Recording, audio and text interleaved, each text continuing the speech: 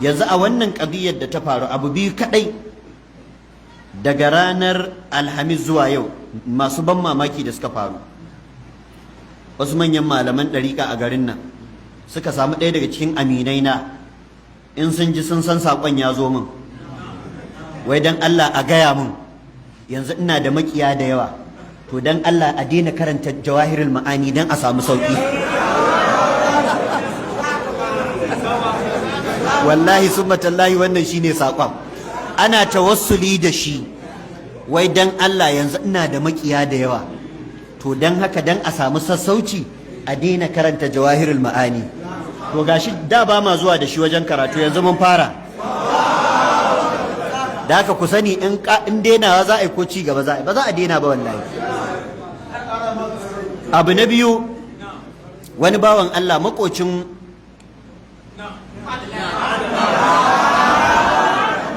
ya kira ni ya ce malam, sai ya kama min suna wani babban attajiri, sai ya ce kana da lambar wayarsa, na ce ba na lambar wayarsa, ba ni da wani kwantak da shi na kusa.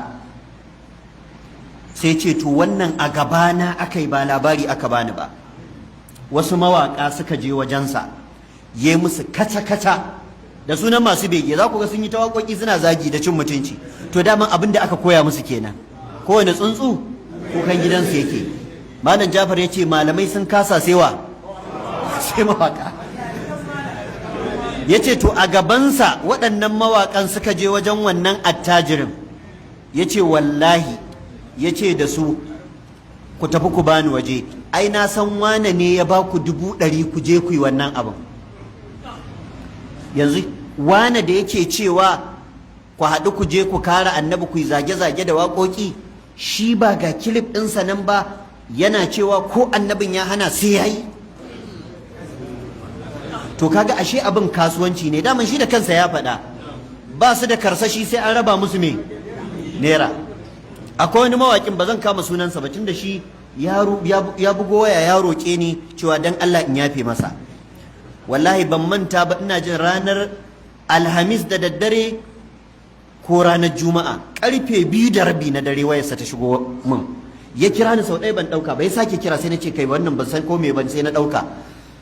Sai ce min malam dan Allah ka yi haƙuri. Sai na ce waye mai magana, sai ya faɗi sunansa. Sai na ce me ya faru to?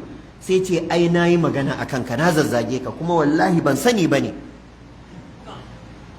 To na yafe masa, kuma ba zan faɗi sunansa ba. Ni ma ina fatan Allah ya yafe mu, Allah ya yafe mana baki ɗaya.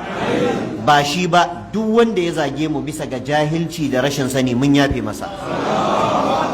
Amma mun san waɗanda sun sani, shi yasa sai wayo suke yi, ba komai dai a juru zuwa rafi wata ran za a fasa tulu.